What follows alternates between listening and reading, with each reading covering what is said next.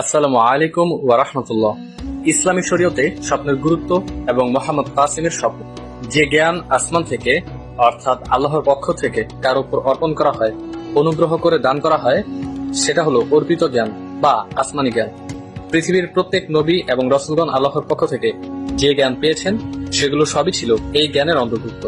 এই জ্ঞান আল্লাহর পক্ষ থেকে দুই ভাবে আসে: এক, সরাসরি ফেরেশতার মাধ্যমে; দুই, আল্লাহর পক্ষ থেকে স্বপ্নের মাধ্যমে। যেমন ইব্রাহিম আলাইহিসসালাম নিজ পুত্র ইসমাইলকে কোরবানি দেওয়ার নির্দেশ পান স্বপ্নের মাধ্যমে। ইউসুফ আলাইহিসসালাম তার ভাইদের মধ্যে সেরা বা তার বাবা ইয়াকুব আলাইহিসসালাম এর উত্তরসূরি হবেন, এই সুসংবাদ পেয়েছিলেন স্বপ্নের মাধ্যমে। এবং আল্লাহ তাকে যে কোনো স্বপ্নের সঠিক ব্যাখ্যা করার জ্ঞান দান করেছিলেন আল্লাহর পক্ষ থেকে। এগুলো ছিল অর্পিত জ্ঞান বা আসমানি জ্ঞান। নবী মুহাম্মদ সাল্লাল্লাহু আলাইহি ওয়াসাল্লামকে বদরের যুদ্ধের ফলাফল আগেই দেখানো হয়েছিল স্বপ্নের মাধ্যমে। নবীজিকে তার হিজরতের স্থান দেখানো হয়েছিল স্বপ্নের মাধ্যমে। মূলত নবীগণ আসমানি কিতাব সহ যা কিছু পেয়েছেন সবকিছুই ছিল স্বপ্ন অথবা ফেরেশতার মাধ্যমে। এগুলো সবই আল্লাহর পক্ষ থেকে তার পছন্দের বান্দাদের উপর অর্পণ করা হয়েছে, পৃথিবীবাসীকে আল্লাহর একত্ববাদের সঠিক বিধান জানানোর জন্য, মেনে নেওয়ার জন্য, সতর্ক করার জন্য, সঠিক পথ প্রদর্শনের জন্য, মুক্তির জন্য। প্রশ্ন করতে পারেন যে এই অর্পিত জ্ঞান কি শুধু নবী রাসূলগণই পেয়ে থাকেন? উত্তর হলো না। আল্লাহ সুবহানাহু ওয়া তাআলা যার উপর ইচ্ছা যতটুকু ইচ্ছা এই জ্ঞান অর্পণ করে থাকেন। পার্থক্য হলো সাধারণ মানুষ বা মুমিন ব্যক্তিগণকে আল্লাহ সুবহানাহু ওয়া তাআলা ফেরেশতা ব্যতীত কেবল স্বপ্নের মাধ্যমেই এই জ্ঞান দিয়ে থাকেন। যেমন মিশরের বাদশা সাধারণ মানুষ ছিলেন, তাকে আল্লাহ সুবহানাহু ওয়া তাআলা স্বপ্নের মাধ্যমে জানিয়েছিলেন 7 বছর মিশরে প্রচুর ফসল হবে আর 7 বছর খরা ও দুর্ভিক্ষ চলবে। এটা ছিল ওই দেশের মানুষের জন্য আল্লাহর পক্ষ থেকে সতর্কবার্তা এবং পরবর্তীতে হুবহু তাই হয়েছে।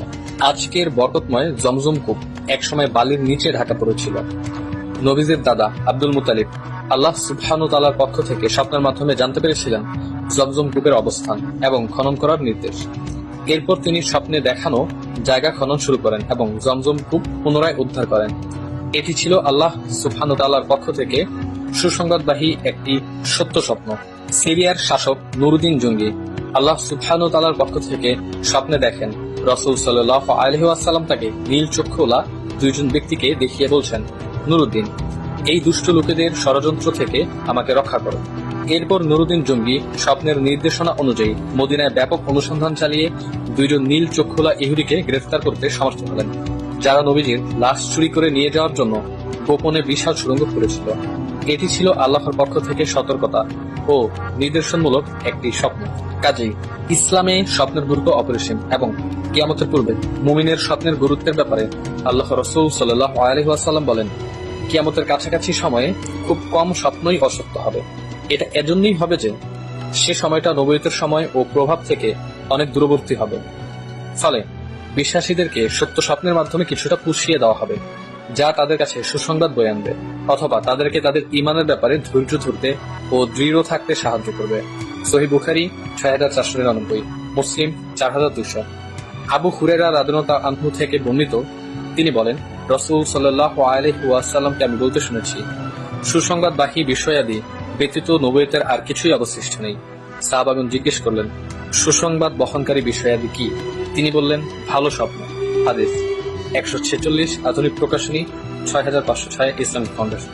বর্তমান সময়ে নবী মুহাম্মদ সাল্লাল্লাহু আলাইহি ওয়াসাল্লামের বংশে জন্ম নেওয়া মোহাম্মদ কাসিম আল কুরাইশির স্বপ্নগুলো প্রমাণ করছে যে তিনি এই শেষ যুগের আল্লাহ সুবহানাহু ওয়া তাআলার মনোনীত পছন্দের একজন অতি প্রিয় বান্দা, যে কারণে আল্লাহ এবং আল্লাহ রাসূল সাল্লাল্লাহু আলাইহি ওয়াসাল্লাম অসংখ্যবার তার স্বপ্নে এসেছেন এবং এই জাতির মুক্তির জন্য প্রয়োজনীয় দিক নির্দেশনা দিয়েছেন। পৃথিবীতে কি কি ঘটবে সবকিছু জানিয়েছেন এবং যেভাবে জানিয়েছেন ঠিক সেভাবেই সবকিছু ঘটছে। মোহাম্মদ কাসিম আল কুরাইশিকে আল্লাহ সুবহানাহু ওয়া তাআলা স্বপ্নের মাধ্যমে জানিয়েছিলেন যে যতক্ষণ পর্যন্ত মুসলিমগণ সমস্ত প্রকার শিরক বর্জন না করবে এবং তার স্বপ্নগুলো বিশ্বাস না করবে, ততক্ষণ পর্যন্ত আল্লাহ সুবহানাহু ওয়া তাআলা কোনো প্রকার সাহায্য করবেন এবং মুসলমানদের অবস্থারও কোনো পরিবর্তন করবেন না। পৃথিবীতে মুসলমানরা লাঞ্ছিত হতে থাকবে, অপদস্থ হতে থাকবে। আল্লাহ সুবহানাহু ওয়া তাআলা এদের উপর যুদ্ধ চাপিয়ে দেবেন, নানান রকম রোগ, প্রাকৃতিক দুর্যোগ চাপিয়ে দেবেন এবং সর্বাধিক থেকে মুসলমানদেরকে সংকুচিত করে ফেলবেন। এই সতর্কবার্তা আল্লাহর পক্ষ। মুসলিম জাতিকে বাঁচাতে হলে ইউসুফ আলাইহিস সালামের দুর্ভিক্ষ সম্পর্কে যে সতর্কবার্তা ছিল, সেই সতর্কবার্তার মতোই এই সতর্কবার্তাকে অবশ্যই গুরুত্ব দিতে হবে। অবশ্যই দেশের বিভিন্ন প্রান্ত থেকে অপ্রয়োজনীয় ছবি মূর্তি সরাতে হবে। বিলবোর্ড, পার্ক এবং পণ্যের গায়ে ছবি ব্যবহার বন্ধ করতে হবে। মিথ্যা অভিনয়, নাটক, সিনেমা দেখা বন্ধ করতে হবে।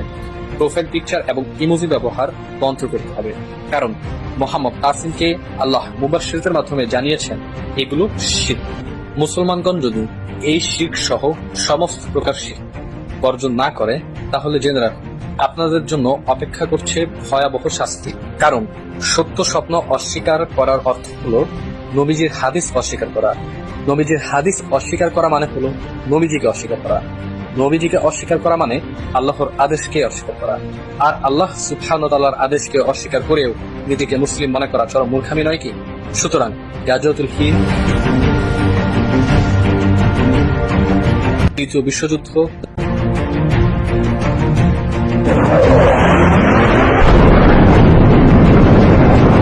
দাজ্জাল, বর্তমান বৈশ্বিক পরিস্থিতিতে মুসলমানদের করণীয়, দাজ্জালীয় ফিতনা ও নানা রকম সংকট থেকে উত্তরণের জন্য মোহাম্মদ কাসিম আল কুরাইশির স্বপ্নে আল্লাহ সুবহানাহু ওয়া তাআলার পক্ষ থেকে দেওয়া নির্দেশনাগুলো বিস্তারিত জানতে আমাদের সাথে থাকুন এবং ভিজিট করুন